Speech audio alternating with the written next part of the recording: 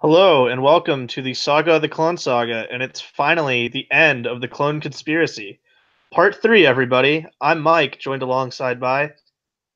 I'm Matt. And I'm Vincent, and our sponsor today is the Silver Age Suicide Squad Omnibus, Oh, available, you actually bought it. available at fine retailers. And also be on the lookout for Suicide Squad or The Suicide Squad in theaters soon. Full From David, reboot, everybody. Full reboot. full reboot, Completely except we're new. gonna keep the popular actress. And not explain around it. Okay, so past that, today we are talking about the second part / third part of the Clone Conspiracy. Again, we're weaving through Clone Conspiracy, the miniseries, and Amazing Spider-Man. And this time, we're starting up with Amazing Spider-Man 22. Yeah. And the last episode, we ended with Ben Reilly, revealed as the Jackal, or vice versa, offering to revive Uncle Ben. And we open this issue with Pete punching him in the face repeatedly.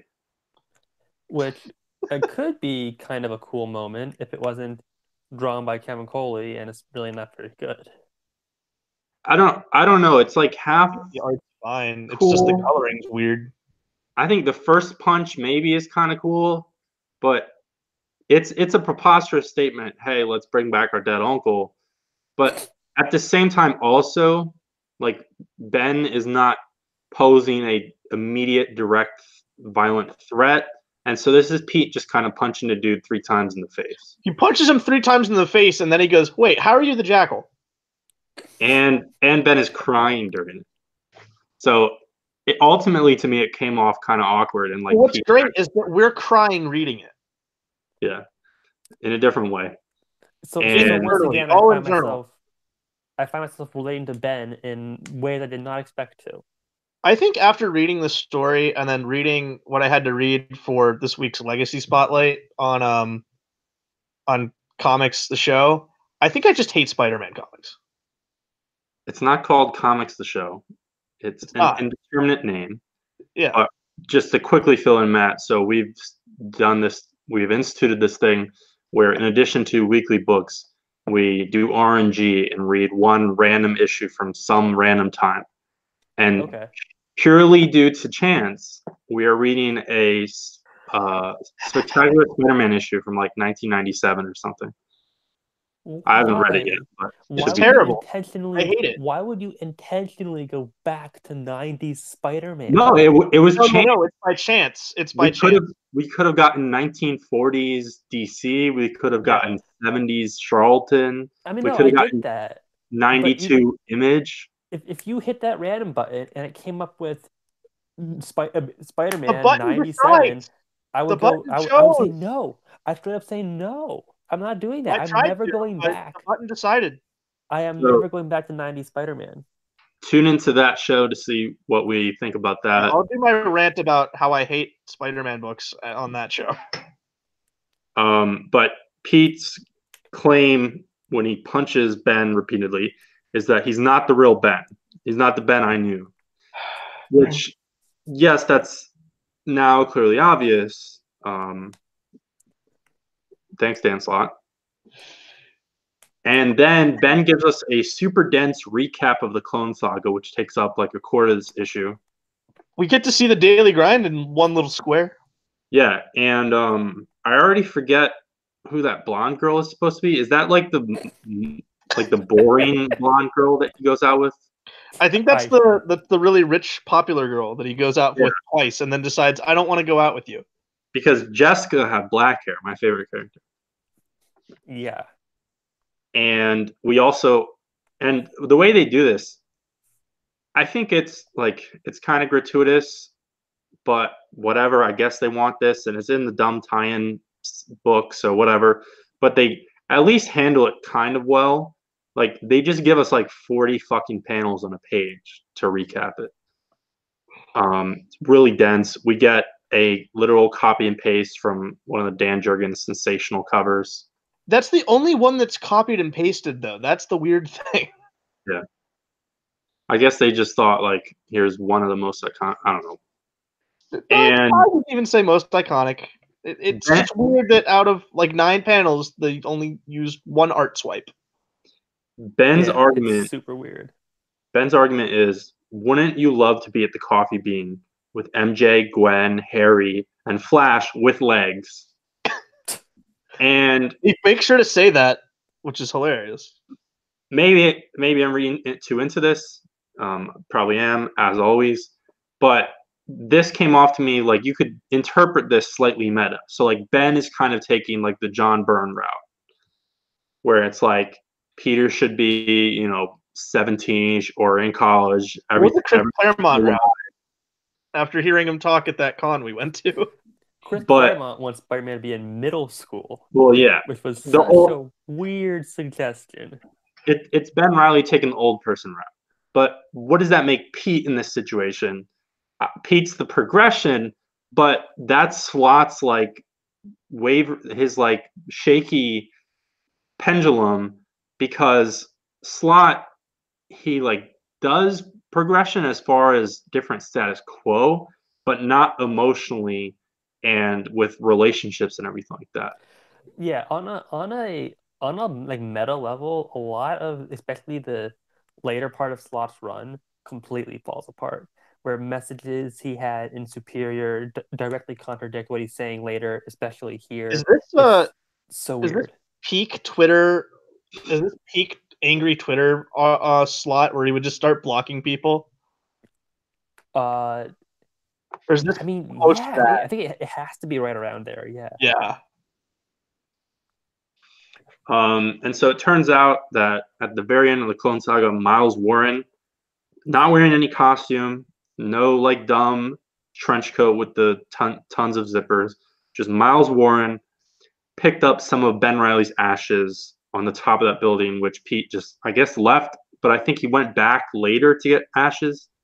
I don't know. None of this makes sense. Yeah, I don't want to get too much into this because it's not worth it. But what's the timeline for Miles Warren?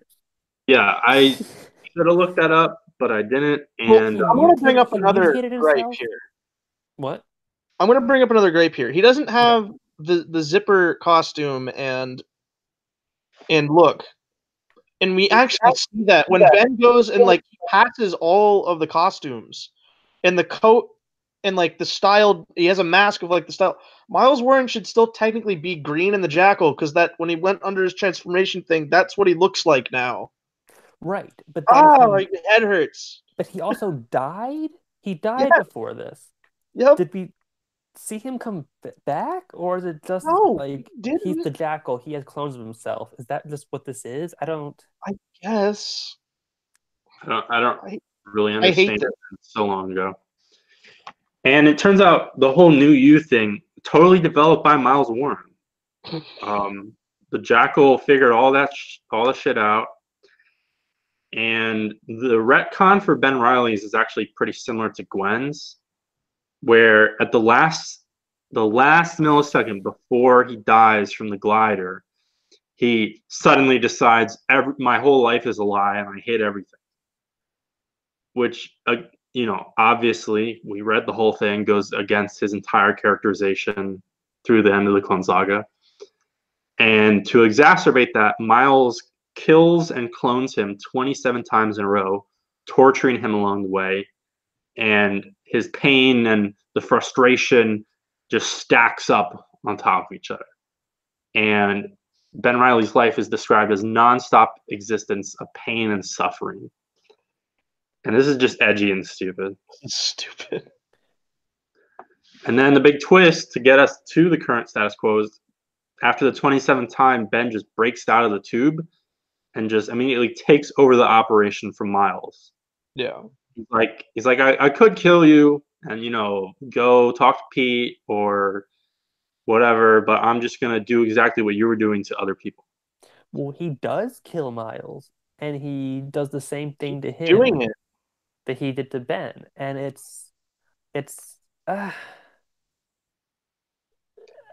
it's awful. It's just awful. This is all bad.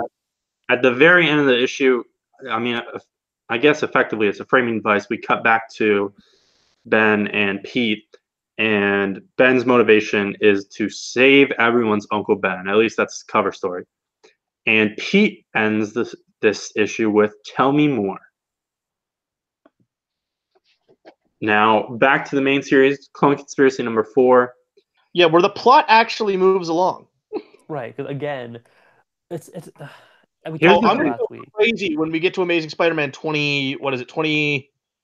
The whole Gwen issue, which if you follow the plot of what happens in Clone Conspiracy number 4, I don't know where Amazing Spider-Man 23 takes place.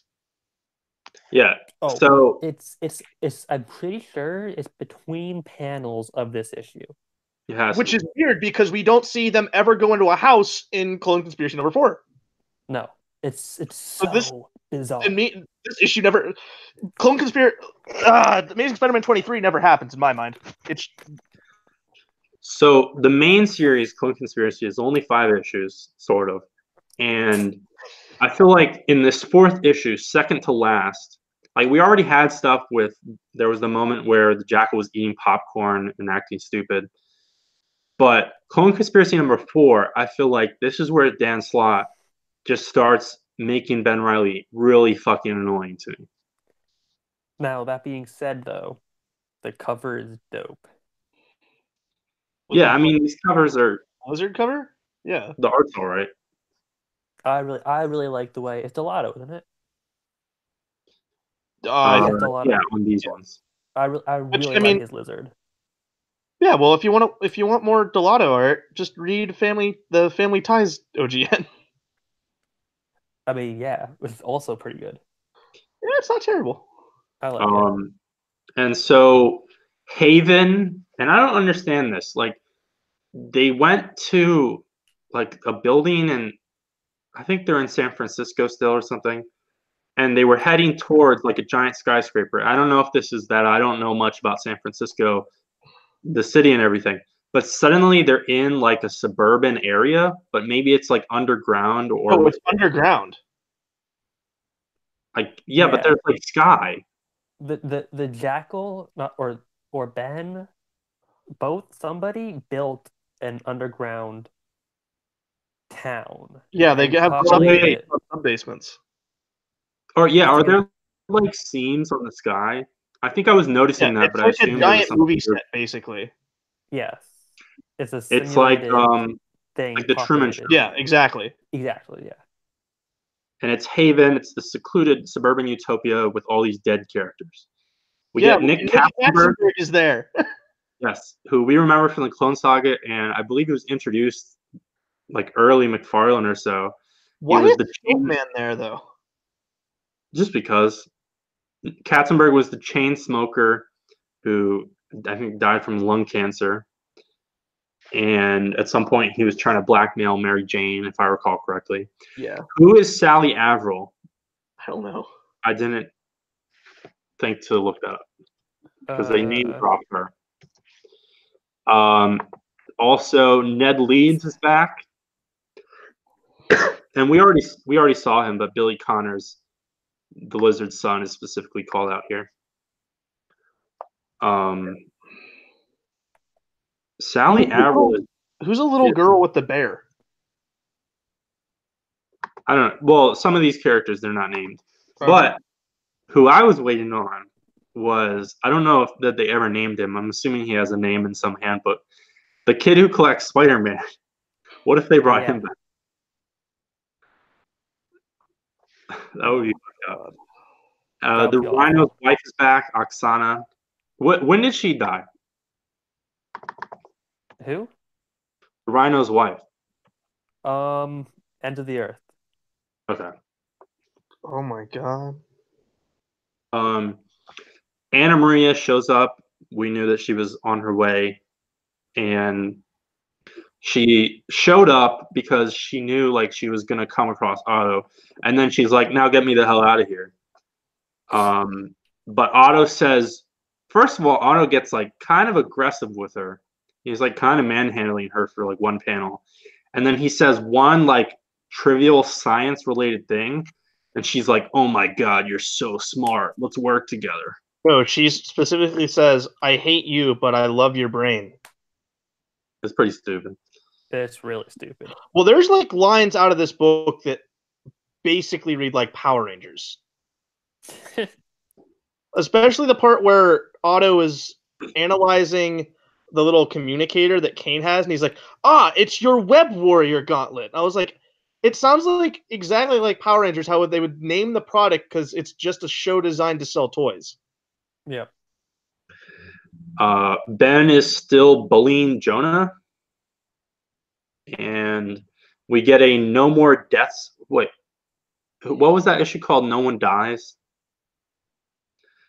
No Yeah, more no one dies. Doom deaths. I think it's No One Dies, and it's a two-parter from way back in. I think it's in Big Time, but it might be in Brand New Day. It's a And two-part. It's a two-part Doctor Who ripoff, is what it is. But it's one of my. I mean, I don't know anything about Doctor Who, but it's one of my highlights from the slot era. oh, it's good. It's a really good. It's a really good Doctor Who ripoff. Don't get me wrong, but I like how everyone's favorite issues from the slot era are these one-off stories that anyone else can write because they're just like sappy. Yep. Yeah, I guess. They are. Like Amazing Spider-Man 801 is pretty good, but it's the same thing. Yeah. That story was following Marla's death, and Peter was like, "No one else is gonna die." That's just a straight up lie. It's a lie, and Pete calls that out. He was like, "That was childish. That was unrealistic," and that's true. But also, I don't want Spider-Man acknowledging that. But also, like, he's supposed to be in this compromised position, questioning whatever. It's fine. But right after that, Pete figures out the whole scheme. He thinks, and Jackal has the means and the power, but not the responsibility. And so the Jackal's like, "Oh, didn't work." So he sicks all the villains on him, and it becomes a fight. Why is it always power and responsibility? I'm so done with this shit. Why So, can't he just be evil? Why can't he? Oh my god, I hate it. and Ben's plan once he kills Peter, if he had to, was to take his place as Spider-Man. So that's why his hair is not blonde, which they point out. And this is so stupid.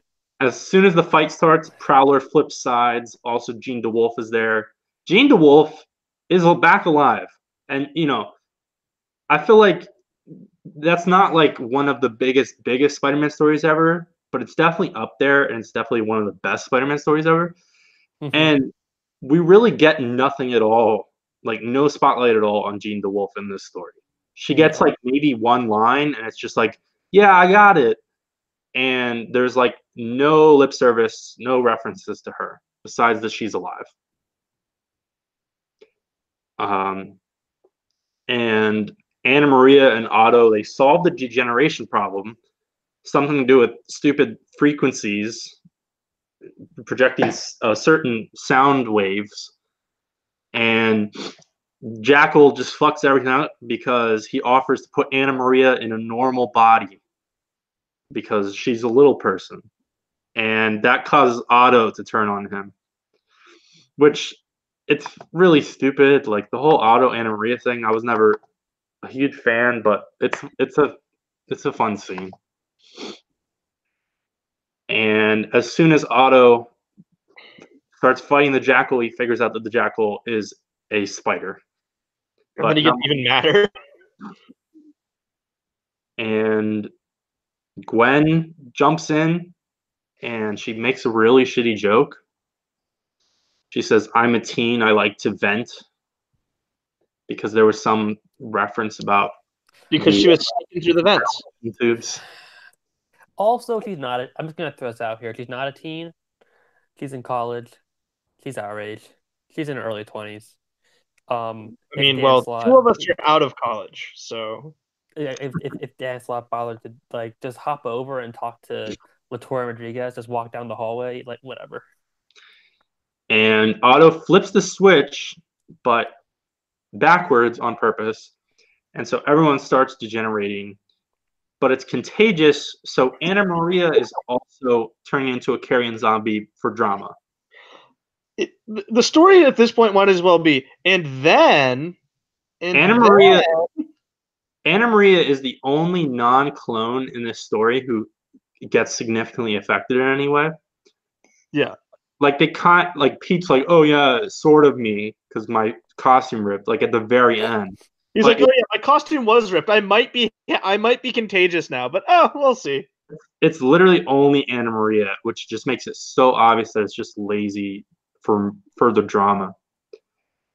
And Ben puts that signal through the TV, so everyone around the Earth or the country who he had helped out is gonna die.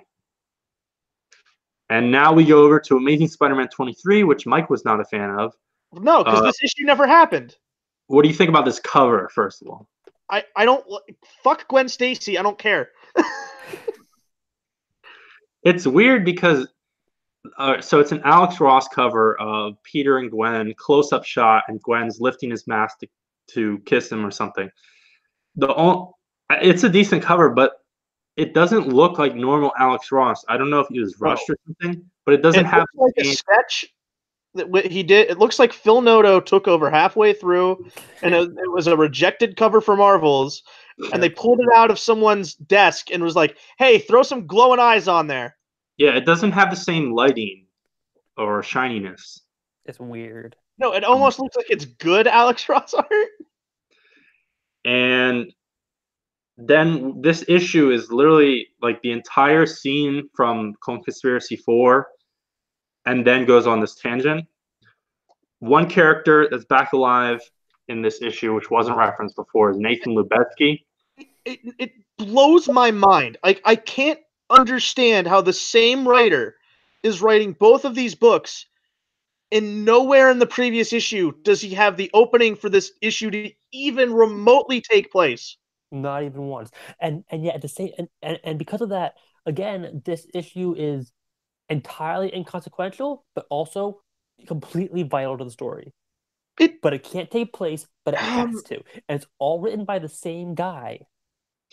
Well, how? To some extent, at least. Well, it's written by the same guy with help from Gage, but like, yeah, I really need to pick up the collection of this and see where they put these issues, because like, I don't know, I assume they intercut them. If they do that, that's horrible. Which would be the reading order. But really, what they should be doing is putting these Amazing Spider-Man issues between pages of. Really, what they should be doing is the whole story should be published in the book called Amazing Spider-Man. Yep. Yeah, that's part of it. But Pete and Gwen. It's weird. Again, we mentioned this briefly last week. You know a different book that's been doing this really well? Amazing Spider-Man. Yeah. No, we said it last week too. Just do your point issues. That's the whole reason why the point issues were created. Well, let's not encourage Marvel too much with point issues, all right? Well, I mean, when it's done like this, when it's good, I don't care. Exactly. When it's done the way Spencer's been doing it, where A, they're good, and B, they're not vital, but still worth reading. Written the way the point issues were originally intended for. Exactly. Then I am completely fine with it. But world just won't do point issues, but gimmicks. Pete and Gwen, what actually happens in this issue? Pete and Gwen split off just to fill up an issue for drama. And just a few things worth noting. Pete at one point says, quote, "I have friends who are clones," which out of context is pretty hilarious. It's like, I have black friends.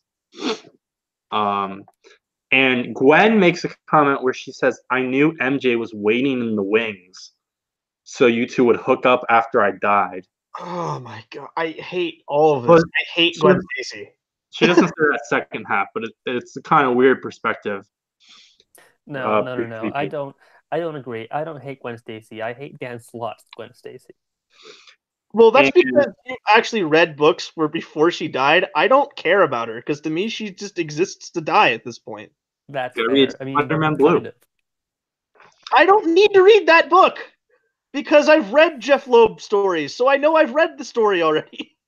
Wait, have you not read Spider-Man? Oh wait, no. Oh wait, is it a book written in a letter form to a character that died? Oh wait, it's one of Jeff Loeb's 3 fucking stories you can write. Ooh, they're not letters; they're voice recordings. Oh, so Amazing Spider-Man 2 movie is even dumber. But right after Gwen makes the weird shit, comment I about thought of that. MJ, Pete says that, or Gwen says, "Were you happy?" Pete and MJ, and Pete's like, "Yeah, ... and Slott just stabbing me in the face.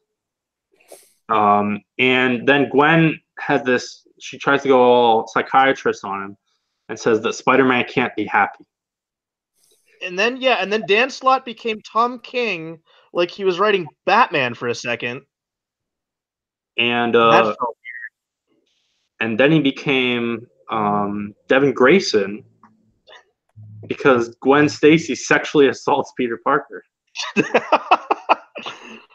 I'm exaggerating. She kisses him, but it's the dead clone version. And what you're saying is hashtag cancel Gwen Stacy? yes, and that's all that happens in this issue. It takes place within panels, but we don't know which panels. And then Gwen becomes a zombie and dies. That issue is 23, probably the most pointless one. Actually, I don't know. No, it's not the most pointless. I think all the issues last week from Amazing Spider-Man were more pointless. Yes, but also this is completely filler. It's man, I hate this story so much. Literally filler. Fills in between panels, adding nothing. Yep. Clone Conspiracy 5, final issue of the miniseries, but we're not going to be done once we get through this. No, it's never simple. It's like poetry, it rhymes, because George Stacy, before he dies, makes Gwen promise to protect Peter Parker. Thanks, George. And she does that 2 ways. You decide. Yeah. She does that by going down against a bunch of goblins, because of course all the goblin villains, I'm pretty sure none of these goblin villains actually have any association with Gwen Stacy, but the 3 or 4 goblin villains just by chance happen to chase after Pete and Gwen. Yeah. This is like Edmund Hamilton Green Goblin, like Jack-o'-lantern. None of these people know who Gwen Stacy is. Also, a Miles Warren clone steals the original Jackal costume and he gets in it. Ben reveals himself to Kane effectively. He says, "You're my brother." And for a panel, there's an art issue in this story. The Lizard's family look totally normal, but they're supposed to be all messed up from the carrion zombie virus. And that's on the colorist, probably not necessarily the artist. Probably. And Otto and Pete team up when Anna Maria figures out the reverse signal, and then Silk just shows up. Yeah, and Silk's here. Okay, great. Silk shows up to literally stand still in like 2 sequences. There to stand and remember, you're part of this line of books we're trying to sell right now. And there's not even like a footnote like, hey, she's coming right out of the end of her arc, Silk number 5. Nope. Totally useless. Nothing. And Pete's plan, he taps into every webware, which webware is the proper name for this device, right?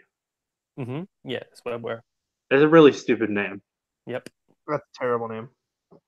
I mean, it doesn't work because obviously web, kind of a double entendre because Spider-Man, but also, the internet. But the fact that it is clever like that makes it not make sense because it makes it sound like a kind of software rather than a device to me. And he taps into all of them, including ones that are off, and outputs the frequency, which saves everyone except some people. And it's not clear at all the technicalities of this. Chameleon's back dead. Prowler is dead. Jean DeWolf's dead, and Gwen is dead. And one of my not favorite scenes in this is Otto just yells at Ben Reilly, "Melt with me." I hate it. Is that what you say to your lover? And of course, it's weird and gross.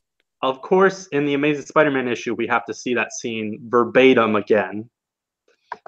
And yeah, well, half of the next issue of Amazing Spider-Man might as well have just been like it's half of this issue. The ultimate clone template is missing, but Pete doesn't know what that is because he never really got to that part of what is that thing in the corner. So it doesn't concern him. And Anna Maria probably knows exactly what's going on, but just walks on by. And actually, the end of this issue, the end of the clone conspiracy, Prowler and Jerry Saltares, the random employee that started this whole thing, they're actually alive. Cool. Unbelievable. This man was literally just eyeballs issues ago. Yes, he was. I forgot about that. Yeah, I guess that was a shitty version of a clone body. I didn't understand that. I'm impressed by how horrible it is. Amazing Spider-Man 24. The real Miles Warren figures out who he is and gets back in the suit, as we said. Otto tricks Ben, and it's Otto who takes the body. But Ben is totally fine.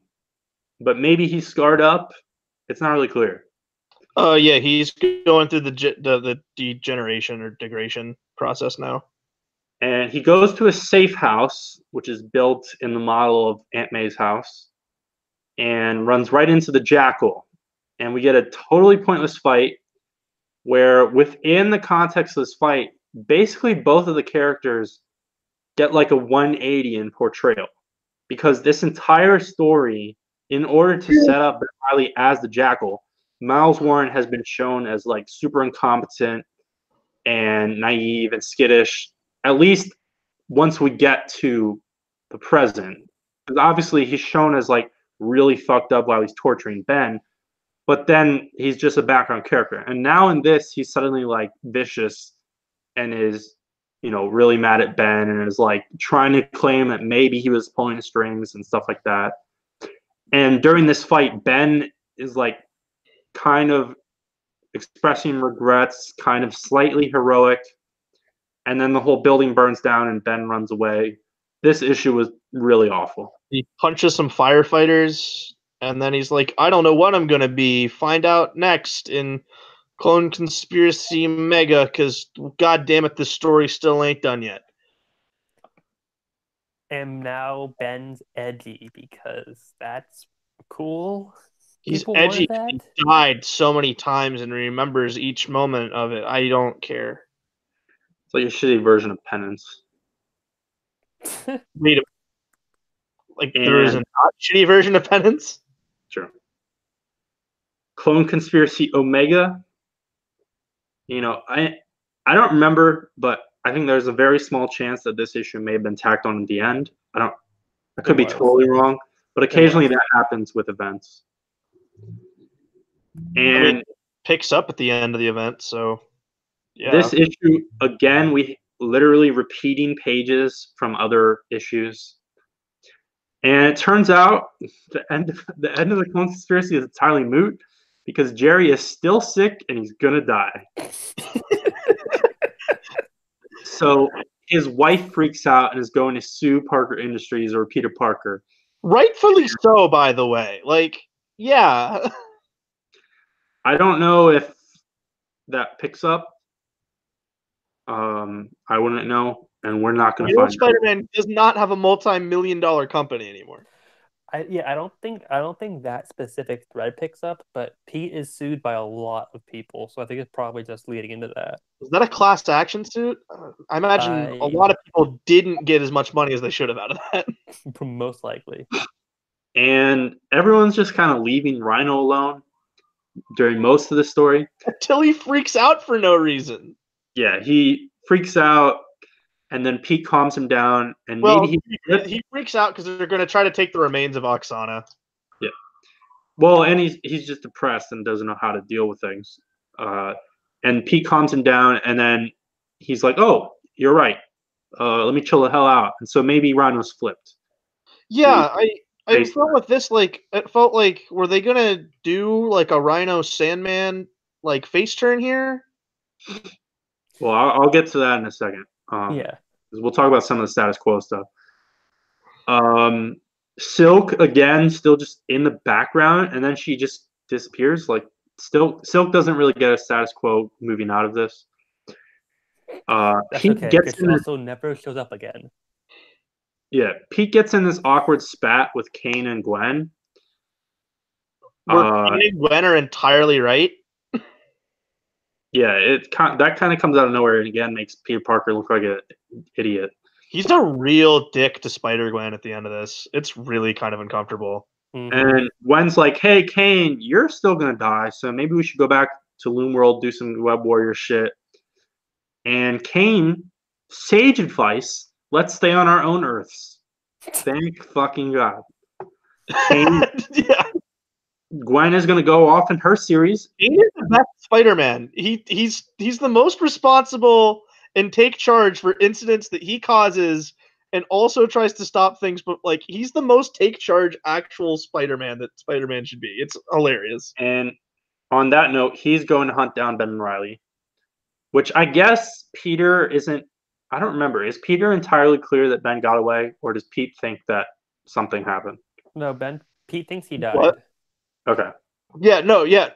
Well, he thinks he died, but he didn't see a body. And how many times have these clones just not died? Kane's exactly right for being like, no, maybe you should find out if this giant genocidal maniac is still hopping around somewhere. Yeah, Kane literally says that. And Pete's just like, no, I don't want to. No, I Dan have to go talk to Kingpin. Like, I don't want to. I got other stories. And the epilogue is that the lizard family, Kurt Connors saved his family by turning them all into lizards, which is pretty amazing. And let me tell you, when I it's saw pretty this amazing page, because his kid is chewing the plate and his wife is just pouring a cup of water, completely missing the glass. I didn't read this issue, but I saw this page on Reddit, and I pretty sure I pitched a fit. I was not a fan of this. But now you love it. The things Spencer's been doing with them, yeah, now I kind of love it. Yeah, so let's talk status quo stuff. I don't think that Jackal has had a big arc since. He's Nor shown up. should he ever again. He's shown up in minor flashbacks and everything, but we have the fully restored Miles Warren Jackal in the green Conway suit back on the board whenever Spencer or Tom Taylor or whoever else wants to get to that.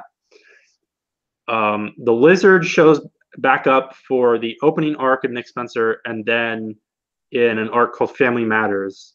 And I think he's only in like the first few issues of Spencer and then not until 14 and 15.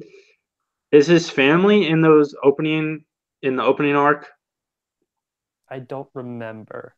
Yeah, I don't think his family, so. But I mean, his family's been around in the last arc, obviously. Yes. Yeah, and they're playing a role in the current story. Rhino stayed more or less reformed for like just a minute. In fact, he's back to hating Spider-Man at the end, leading into the giant hunt storyline. Yeah, the first issue of Miles Morales' new series, he runs into Rhino, and Rhino's actually just like kind of doing heroic stuff. Like his niece is missing or something, and I only flipped through the first issue, but there's something like some organization or mind control or something is getting a bunch of kids and causing them to be minions. And so both someone connected to Miles and someone connected to Rhino are involved. And they get into a misunderstanding fight where Miles is like, "Oh, you're the Rhino. I got to fight you." And Rhino's like, "Go away, little kid. You're the fake Spider-Man." And they fight. And Rhino just like totally. It's not like he's beating the shit out of Miles, but Miles is just entirely ineffective against him. Like he completely webs up Rhino, and Rhino just like breaks through, shrugs it off. He shrugs off the Venom Blast, and I think it's actually a really cool like sequence for Rhino, in fact. And I assume in the second issue they kind of team up a little bit, but then Nick Spencer has gotten rid of that because Rhino got captured and Spidey should have saved him, sort of. Yeah, he should have saved him. And I honestly think that was the lowest point of Spencer's run so far. Yeah, like one moment out of like 17 issues so far. Yeah. But And but that's really set up for them to have a confrontation in Hunted, though. Right. I hope it goes back because that moment felt contrived. Yeah, and I'm not ready to say that. I think it's just another. I think it's just a subplot he's setting up for this. Yeah, but my argument is that I like the occasional face turns, and I don't think we like got the full potential of this particular Rhino face turn. I agree. I would love to see Rhino as a hero. I think that'd be really cool. And that's pretty much status quo of all the characters. We'll get to Ben and Kane's status quo in our next episodes. Personally, I think if you're going to use the Jackal again, it's got to be a Ben or a Kane villain at this point. He has more ties to them than he does really to Peter. Like, have the Jackal be Kane's responsibility, especially since if Peter doesn't want to go after him. Yeah, Kane can and should be. No, got that backwards. The Jackal can and should be Kane's like big villain. That's his big arch enemy. No, yeah. Kane's arch enemy is Kraven the Hunter. No, it's not. No, it's not. Yes, it is. No, it's not. So that was Clone Conspiracy. Do you guys have any final thoughts on this? I'm glad it's over. I hate this. One of the worst stories I've ever read. I hated this. It's the worst story we've read in the podcast. It's so weird that I hated it when I read whatever, like half of it or something before. You dropped off half of it. Yeah. I hate it even more now that I've also read the Clone Saga before it. I don't know how that's possible. It's because it completely destroys Ben, and like one of the very only good things from the Clone Saga was that final issue. Yep. And plus, we liked Ben near the end. I don't think we hated Ben. We liked him. Yeah. Yeah, that's the irony, is that this is supposed to be the sequel. Finally, they're like fully doing a sequel, calling back to the Clone Saga. But anyone who read the Clone Saga, whether they read through it or were going along and liking part of it or all of it, I don't think any of those people are going to like Clone Conspiracy at all. No, because this is written for people who hate the Clone Saga but haven't read it. Yeah, have only heard about how bad it is. Right. But that's what this is written for. And I honestly don't even think they would enjoy this. Yeah, this is at one point that was me, and I didn't enjoy it. This is not a sequel to a story; it's a sequel to a meme. Yes. Essentially, that's a really good way to put it. This is like if you wrote a story and made fun of Rob Liefeld's feet, like a Deadpool issue where you never see his feet and he calls it out. Yep. But that's the Clone Conspiracy. Well, actually, I don't mean to. It would be like if you wrote a story in which Rob Liefeld's feet were the main villain. Yeah. That'd be like somewhat creative, though. I think Dan Slott is the main villain. But we are not. Well, actually, we are not done reading Dan Slott issues. Technically, we're not. He plots. At least is credited as plotting Spider-Geddon. That's true. Oh my god, we're reading Spider-Geddon. Yeah, you're the one who wanted to read it. I forgot. So, but before we get to that, we are almost done. This is episode 70. We are very close to the end. Yeah, we are. Next episode, the name of the arc is Back in the Hood. And to tease everything, next episode, We are reading the opening arc of Ben Riley's Scarlet Spider, picking up Why? Ben's status quo coming out of this. And tune in next time for that.